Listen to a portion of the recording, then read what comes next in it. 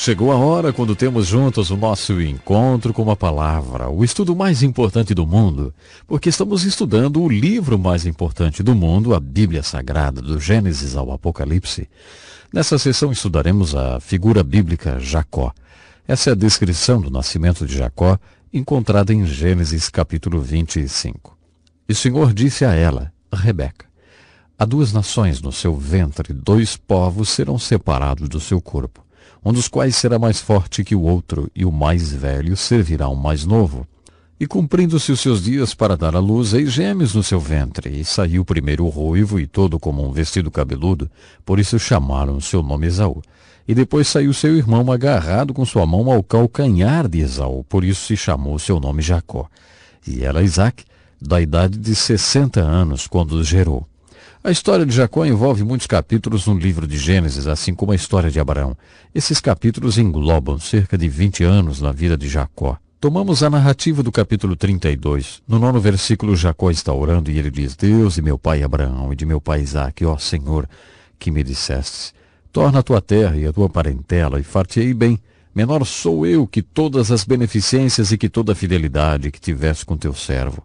Porque com meu cajado passei este Jordão e agora me tornei em dois bandos. Livra-me, peço-te, da mão do meu irmão, da mão de Esaú, porque eu temo que porventura não venha ele e me fira, e a mãe com os filhos. E tu disseste, certamente te farei bem, e farei a tua semente como a areia do mar, que pela multidão não se pode contar. Jacó foi deixado só, e lutou contra ele um varão, até que a alva subia. E vendo que não prevalecia contra ele, tocou a juntura de sua coxa, e se deslocou a juntura da coxa de Jacó.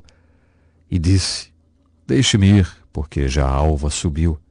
Porém, Jacó disse: não te deixarei, se não me abençoares. E o varão perguntou: qual é o teu nome? E ele disse: Jacó. Então ele disse: não se chamará mais o teu nome Jacó, mas Israel, pois como príncipe lutaste com Deus e como um homem prevaleceste. E Jacó lhe perguntou e disse: qual é o seu nome? E ele respondeu: por que perguntas o meu nome? E o abençoou ali mesmo, e chamou Jacó o nome daquele lugar Peniel, porque dizia: tenho visto a Deus face a face, e a minha alma foi salva. Novamente a história de Jacó, encontramos aqui uma grande verdade, uma verdade que Deus quer nos mostrar. Deus quer muito que aprendamos sobre a fé. Então ele nos dá todos esses capítulos sobre a história de Abraão. Mas Deus tem mais coisas a ensinar sobre a fé, e por isso ele nos dá todos esses capítulos sobre a história de Jacó. As chaves da verdade que Deus queria nos ensinar através da vida de Abraão estavam nos altares que ele construiu. Agora, as chaves das verdades que Deus quer nos ensinar parece estar centrado sobre o nome de Jacó. Jacó nasceu gêmeo, e diz a história que ele nasceu agarrado ao calcanhar do seu irmão Esaú, isso mesmo. Por isso ele recebeu o nome de Jacó, que significa aquele que se apropria de bens alheios. Ou talvez alguém que sempre gosta de passar a perna nos outros, não? O seu nome realmente nos fala sobre o próprio homem, porque já que ele continuou no mundo e cresceu nesse mundo, ele era realmente alguém que estava passando a perna nos outros. Haviam duas coisas na casa de Jacó que eram dignas de se ter. Uma, direito de primogenitura, uma bênção. Jacó havia se apoderado das duas, que era o direito de primogenitura e uma bênção. O nome dele foi muito bem dado. Aquele que passa a perna, aquele que se apropria dos bens alheios. Francamente, eu me identifico com Jacó porque eu passei a perna em muita gente. Ouça, eu cresci em uma grande família, eram 13. E crescer em uma família com 13 faz de você um sobrevivente, não? Então, vez por outra, tinha que passar a perna em algum irmão, né? E isso não era fácil. E por ser realmente um Jacó, então, eu me identifico aí com esse homem da história. Bom, mas essa história é muito interessante, a história do nascimento de Jacó. Deus estava falando de Esaú e Jacó antes deles nascerem. Não sinta pena de Esaú. As Escrituras dizem que Esaú era um homem profano. Ele não ligava para a sua primogenitura e também não dava importância para as coisas espirituais. Esaú é o perfil do homem secular. Os descendentes de Esaú se tornaram os edomitas. Aprenderemos mais sobre eles quando estivermos estudando o livro de Obadias. Eles moravam naquela área hoje conhecida como Cidade de Pedra Vermelha. Os edomitas viviam em cavernas. Eles costumavam atacar comboios ou caravanas que passavam por aquela área do deserto ao sul de Jerusalém. Assim eles poderiam fugir para as suas cavernas que ficavam nos penhascos. Eles usavam cordas que eram puxadas para dentro das cavernas. Eles acreditavam que eram indestrutíveis. Eles acostumavam se juntar aos exércitos que iam saquear Jerusalém. Os povos que vieram de Esaú eram inimigos mortais de Israel. Não sinta pena de Esaú, já que Deus é Deus, ele conhece tudo. Quando Deus olhou dentro do ventre de Rebeca, ele já sabia o que viria daqueles dois gêmeos. Deus não tem qualquer tipo de surpresa. Sabendo do que iria acontecer, Deus nos diz: eu amo Jacó, mas eu odeio Esaú. Quando estudamos a história de Jacó como um registro biográfico, o foco da história é a palavra graça. Com a história, talvez vamos olhar assim, pela história de Abraão aprendemos sobre a fé. Na história de Jacó aprendemos sobre a graça. A palavra graça significa o favor e a bênção de Deus que eu e você não merecemos. O que é interessante em Jacó, já que ele é realmente um homem que passa a perna nos outros, ele pensa que toda a sua bênção vem de Deus porque ele é uma pessoa assim. Mas o Novo Testamento nos diz que Jacó não conseguiu toda aquela bênção porque ele era muito bom em enganar e tomar as coisas das pessoas, mas sim, de acordo com o Novo Testamento, por causa da graça de Deus. Antes do nascimento de Jacó, já era um plano de Deus dar todas aquelas bênçãos a Jacó. Nessa história de Jacó, a verdade que Deus está compartilhando conosco é realmente o que podemos chamar de crise de identidade. A Bíblia usa a palavra pessoa de várias maneiras. Ela nos diz que temos grandes problemas quando somos opostos a nós mesmos e quando vamos contra esta exclusividade que é de cada um. De acordo com a Bíblia, o que devemos fazer é recuperar nós mesmos. Segundo Jesus, a última coisa que nós devemos fazer no mundo é perder a nós mesmos. Quando o filho pródigo decide voltar para casa, é dito: então, caindo em si, ele resolveu voltar. Você conhece. Deus quer que descubramos essa única individualidade que ele planejou para cada um de nós.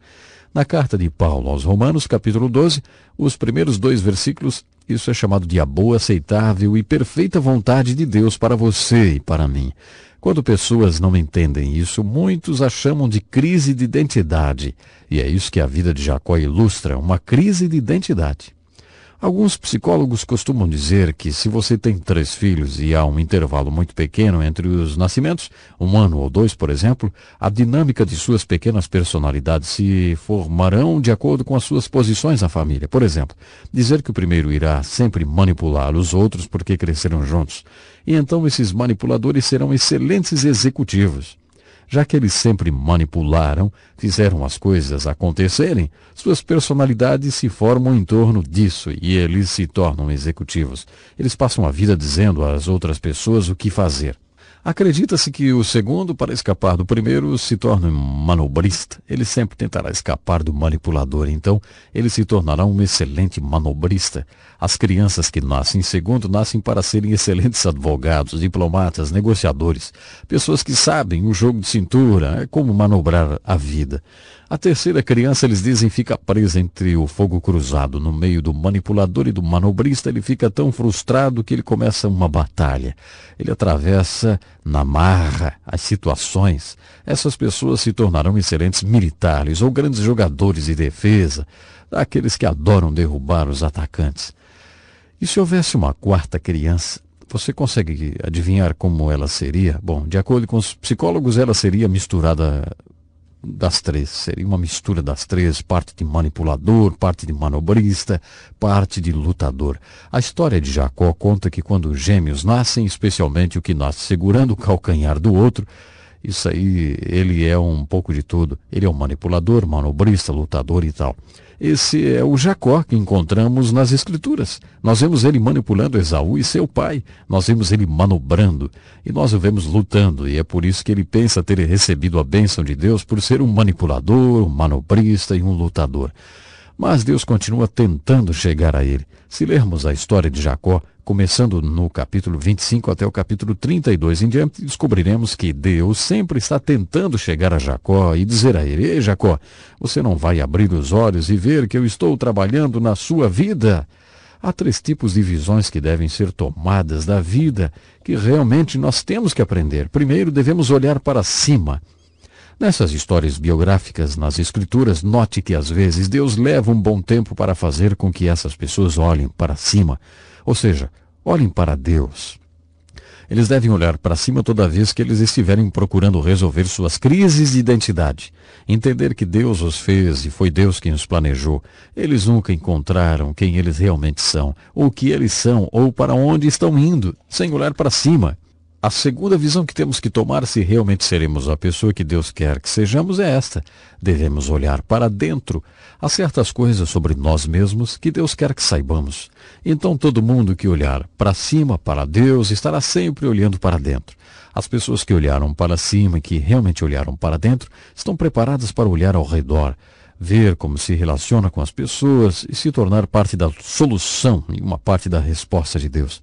Para ensinar Jacó a olhar ao redor, Deus deu a ele alguns relacionamentos. Jacó é aquele que passa a perna nos outros. Esse é o problema dele. Qual é a cura que Deus tem para uma pessoa assim, hein? Essa é a cura favorita de Deus. Então Deus põe Jacó com seu tio Labão por 20 anos. Vamos deixar esse estudo da vida de Jacó para o próximo programa, mas eu gostaria de propor um desafio. Enquanto você aplica o que aprendemos sobre a vida de Jacó, eu peço a você que faça o mesmo. Faça essas perguntas. Você já experimentou um encontro espiritual em sua vida quando você, de fato e realmente, estabeleceu o seu olhar para cima? Ou será que você olha para Deus como sua única esperança e fonte de graça? Então você já olhou para dentro, até que você tenha enxergado o que Deus quer que você veja? Bom, responda isso para você mesmo. Olhe para cima, olhe para dentro de você.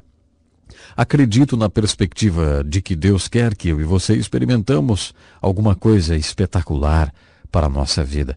E estamos aprendendo coisas belas nesses capítulos de Gênesis, que nos fala da graça de Deus na vida de Jacó e nas nossas próprias vidas. Pense nisso e até o nosso próximo programa.